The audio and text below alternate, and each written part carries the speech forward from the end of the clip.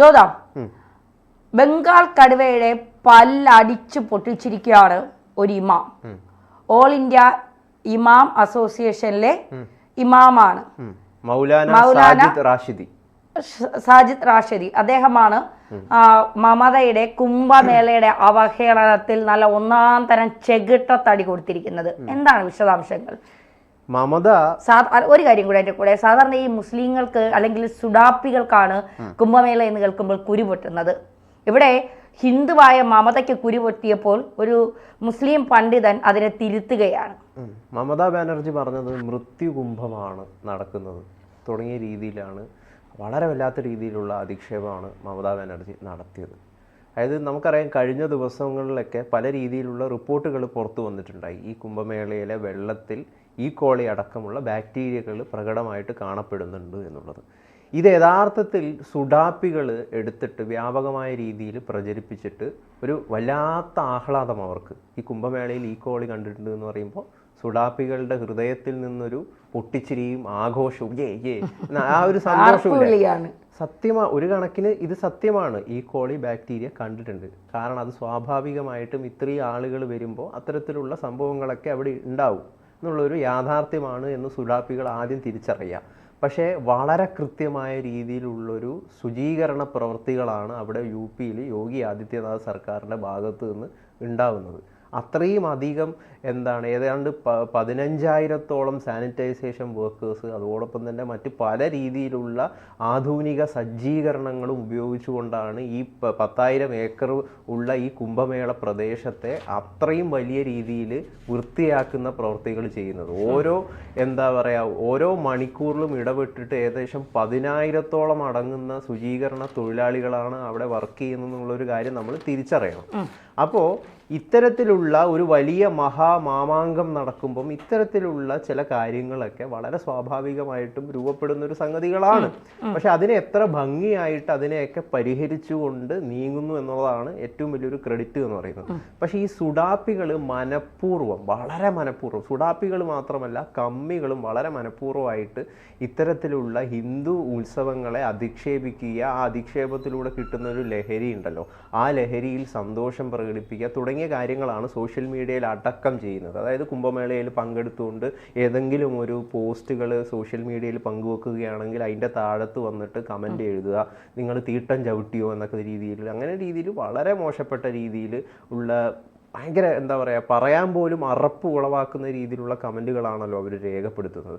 ഇതിനെയാണ് യഥാർത്ഥത്തിൽ മമതാ ബാനർജിയും ഏറ്റെടുത്തിരിക്കുന്നത്. ഈ റിപ്പോർട്ടിൻ്റെ, കേന്ദ്ര മലിനീകരണ ബോർഡിൻ്റെ റിപ്പോർട്ടിൻ്റെ അടിസ്ഥാനത്തിലാണ് മമതാ ബാനർജി പറഞ്ഞിരിക്കുന്നത് യു പി ആദിത്യനാഥ് സർക്കാരിൻ്റെ ഭാഗത്തു നിന്ന് വളരെ ഗുരുതരമായിട്ടുള്ള വീഴ്ച സംഭവിച്ചിരിക്കുന്നു അവിടെ ഈ ശുചീകരണ പ്രവർത്തികൾ നടത്തുന്നതിൽ. അതിനെയാണ് ഇവർ മൃത്യുകുംഭമായിട്ട് ഇത് മാറി തീർന്നിരിക്കുന്നു. പ്രത്യേകിച്ചും പല രീതിയിലുള്ള അപകടങ്ങൾ അവിടെ സംഭവിച്ചിട്ടുണ്ടെന്നുള്ള കാര്യം നമുക്കറിയാം. അതിൻ്റെയൊക്കെ ബേസ് ചെയ്തുകൊണ്ടാണ് ഇതിനെ ഈ രീതിയിൽ ആക്ഷേപിച്ചിരിക്കുന്നത്. പക്ഷേ ഈ ഇമാം ഇവിടെ പറയുന്നത്, നിങ്ങളൊരു ഹിന്ദു അല്ലേ മമത, നിങ്ങളത് ആലോചിക്കണ്ടേ? നിങ്ങളൊരു ഹിന്ദു കമ്മ്യൂണിറ്റിയിൽ നിന്നുള്ള ഒരാൾ എന്തിനാണ് ഇത്രയും മെജോറിറ്റി ആളുകളുടെ, അതായത് ഭൂരിപക്ഷത്തിൻ്റെ ഒരു ഉത്സവമാണ് ഈ നാട്ടിലെ ആളുകൾ എന്ന് പറയുന്നത്, ഭൂരിപക്ഷ സമുദായമാണ്, അവരെ എന്തിനാണ് നിങ്ങൾ ഈ രീതിയിൽ അധിക്ഷേപിക്കുന്നത്? നിങ്ങൾ മാപ്പ് പറയണമെന്നാണ് ഈ ഇമാമ് പറയുന്നത്. ശരിയാണ്. ഒരു ഹിന്ദുവിനെ മമത ചെന്ന് കുളിച്ച് സ്നാനഘട്ടിൽ ചെന്ന് കുളിച്ച് ഒന്ന് ബോധം വരുത്തേണ്ടതാണ്. കാരണം മമതയ്ക്ക് പ്രത്യേകിച്ച് യോഗിയെ മോദിയൊക്കെ കാണുമ്പോൾ വല്ലാണ്ട് ഹാലിളകും. ആ ഹാലിളക്കത്തെ ഇപ്പോൾ ഒരു മുസ്ലിം മതപണ്ഡിതൻ തന്നെ അടിച്ച് മമതയുടെ ഗർവിനെ, അഹങ്കാരത്തിന് ഒരു ഒരു അടി നൽകിയിരിക്കുകയാണ്. ഈ അടിയിലൂടെയെങ്കിലും മമത പഠിച്ചാൽ നന്നായിരുന്നു. ഇന്ത്യ മഹാരാജ്യത്ത് ഇരുന്നു കൊണ്ട് ഇന്ത്യയിൽ നടക്കുന്ന ഒരു ആത്മീയ സംഗമത്തെ മൃത്യു കുംഭമേള എന്ന് പറയാൻ മമതയ്ക്ക് എങ്ങനെ കഴിഞ്ഞു? സത്യത്തിൽ മമതയ്ക്കെതിരെ ഈ ഇത്തരം വ്യക്തിഹത്യ നടത്തിയതിന്, അല്ലെങ്കിൽ ഇത്രയും ആളുകളെ ഇത്തരത്തിൽ ഈ അപമാനിച്ചതിന് കേസെടുക്കണമെന്നാണ് ഞാൻ പറയുന്നത്. അതായത് ഇതിൽ ഇവർ എക്സാക്റ്റ് വാക്കൊന്ന് ഞാൻ വായിക്കാം. മമതാ ബാനർജിയോട് എനിക്ക് ചോദിക്കണം, അവരൊരു ഹിന്ദുവല്ലേ? അവർ മഹാകുംഭമേളയിൽ വിശ്വസിക്കുന്നില്ലേ? അതും അവർ വ്യക്തമാക്കണം. എന്തെങ്കിലും പറയുന്നതിന് മുമ്പ് ഭൂരിപക്ഷത്തിൻ്റെ വിശ്വാസത്തെയാണ് നമ്മൾ ആക്രമിക്കുന്നതെന്ന് ചിന്തിക്കണം. അത് വളരെ തെറ്റാണ്. എത്ര അപലപിച്ചാലും മതിയാകില്ല. ആ പ്രസ്താവനയ്ക്ക് അവർ ഹിന്ദുക്കളോട് മാപ്പ് പറയണമെന്നാണ് ഈ റാഷിദി പറയുന്നത്. മമതയെ സംബന്ധിച്ചിടത്തോളം മമത വെസ്റ്റ് ബംഗാളിൽ കുറേ ബംഗ്ലാദേശികളെ 3000-4000 രൂപ കൊടുത്ത് വോട്ടർ കാർഡ് ഉണ്ടാക്കി വെച്ചിട്ട് മമത അത് മുസ്ലിങ്ങളാണ്, അവിടെ വന്ന് കിടക്കുന്ന കുറേ മുസ്ലിങ്ങളെ മമത കയ്യിലെടുത്ത് വെച്ചിട്ടുണ്ട്. അപ്പോൾ മമത ഏത് സമയത്ത് നിന്നാലും ജയിക്കും എന്നുള്ള ഒരു അഹങ്കാരം മമതയ്ക്കുണ്ട്.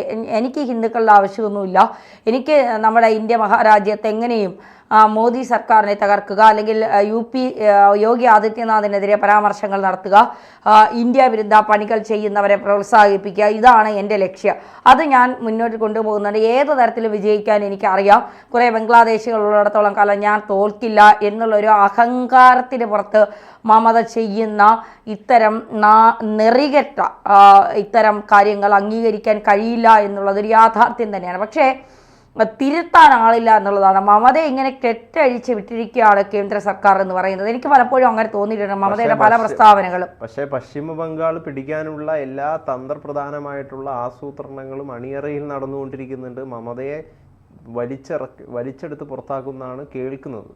അടുത്ത വർഷം പശ്ചിമ ബംഗാൾ ഇപ്പൊ സുവേന്ദു അധികാരി അടക്കം അത്തരത്തിലുള്ള പ്രതികരണങ്ങളുമായിട്ട് പശ്ചിമ ബംഗാൾ പ്രതിപക്ഷ നേതാവ് അത്തരത്തിൽ കൃത്യം ബീഹാറും ബംഗാളുമാണ് ഞങ്ങളുടെ നോട്ടം, അതിൽ RSS കൃത്യമായ ഇടപെടലുകൾ നടത്തുന്നുണ്ട് എന്നൊക്കെ BJP കൃത്യമായി പറയുന്നുണ്ട്. ഇപ്പോൾ തെരഞ്ഞെടുപ്പിന് ഇത് ഉപയോഗിക്കാം. അല്ല, ഇപ്പോൾ തെരഞ്ഞെടുപ്പിന് അത് ഉപയോഗിക്കാന്ന് പറഞ്ഞാൽ ഇവിടെ വന്ന് കിടക്കുന്നത് മൊത്തം ബംഗ്ലാദേശികളാണ്. വേറൊരു കാര്യമാണ്. ആ ബംഗ്ലാദേശികളോട് കുംഭമേളയെ കുറിച്ച് പറഞ്ഞാൽ അവർക്ക് എന്തറിയാം? ബംഗ്ലാദേശികൾക്ക് അവരുടെ ഉള്ളിലേക്ക് കുത്തിവയ്ക്കുന്നത് മറ്റു പല കാര്യങ്ങളുമാണ്. അതിനെ ഉൾക്കൊണ്ടുകൊണ്ടാണ് അവർ തെരഞ്ഞെടുപ്പിനെ നേരിടുന്നത്. അവർക്ക് ഇവിടെ നടക്കുന്നത് സത്യസന്ധമായ കാര്യം അറിഞ്ഞിട്ട് അവർക്ക് കാര്യമില്ല. അവർ ഇന്ത്യക്കാരല്ല, നുഴഞ്ഞു കയറി വന്ന അനധികൃതമായി ഇന്ത്യയിൽ കുടിയേറി പാർക്കുന്നവരാണ്. അവർക്ക് ഇന്ത്യ നന്നായാൽ എന്താ, നശിച്ചാൽ എന്താ, അത് അവരുടെ വിഷയമല്ല. പക്ഷെ മമതാ ബാനർജിയെ സംബന്ധിച്ചിടത്തോളം മമത ഒരു ഇന്ത്യക്കാരിയാണ്.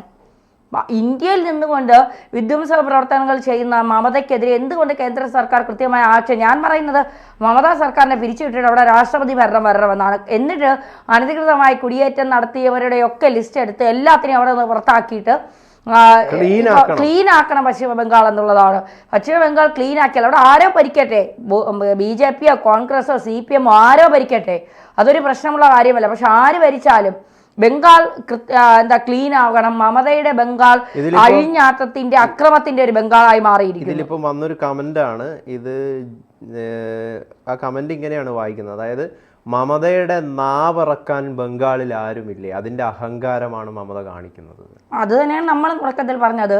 മമതയ്ക്ക് ആരെയും വെല്ലുവിളിക്കാം, ആരെയും എന്തും പറയും. ഇപ്പൊ ഒന്ന് ആലോചിച്ച് നോക്കും, ഒരു മുസ്ലിം പണ്ഡിതൻ തന്നെ പറയുകയാണ്, നിങ്ങളൊരു ഹിന്ദുവല്ലേ, എല്ലാവരുടെയും വികാരങ്ങൾ അല്ലെങ്കിൽ ഭൂരിപക്ഷത്തിന്റെ വികാരങ്ങൾ ഉൾക്കൊണ്ടുകൊണ്ട് നിങ്ങൾ സംസാരിക്കേണ്ടേ എന്ന് ഒരു മുസ്ലിം പണ്ഡിതൻ തന്നെ ചോദിക്കുമ്പോൾ അതിലപ്പുറം ഒരു മറുപടി മമതയ്ക്ക് എവിടെ നിന്നാണ് കിട്ടാനുള്ളത്?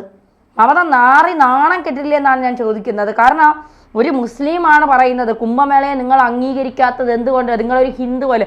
എല്ലാ ഹിന്ദുക്കളും കുംഭമേളയെ അംഗീകരിക്കണമെന്നില്ല.